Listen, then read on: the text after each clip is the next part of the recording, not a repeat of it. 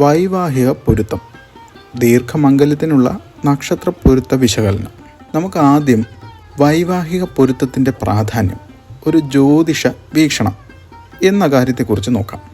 ദാമ്പത്യ ജീവിതത്തിൽ ഭാര്യ ഭർത്താക്കന്മാരുടെ യോജിപ്പും ദീർഘമംഗല്യവും ഉറപ്പാക്കാൻ ജ്യോതിഷപരമായി കണക്കാക്കുന്ന അല്ലെങ്കിൽ പരിഗണിക്കുന്ന ഒരു പരമ്പരാഗത രീതിയാണ് പൊരുത്തം നോക്കൽ. ഇത് വെറും ഒരു ചടങ്ങ് മാത്രമല്ല, ദമ്പതികളുടെ ഭാവി ജീവിതത്തിൽ ഉണ്ടാകാൻ സാധ്യതയുള്ള വെല്ലുവിളികളെയും അനുഗ്രഹങ്ങളെയും കുറിച്ച് ഉൾക്കാഴ്ച നൽകുന്ന സമഗ്രമായ വിശകലനമാണ്.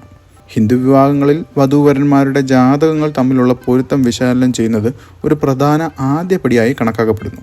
ഇത് ഒരു നല്ല യോജിപ്പും ഐശ്വര്യപൂർണമായ ദാമ്പത്യവും ഉറപ്പാക്കാൻ സഹായിക്കുന്നു. കേരളീയ ജ്യോതിഷത്തിൽ സാധാരണയായി 10 പൊരുത്തങ്ങളാണ് നോക്കുന്നത്. അവ ഏതൊക്കെയെന്ന് നമുക്ക് നോക്കാം.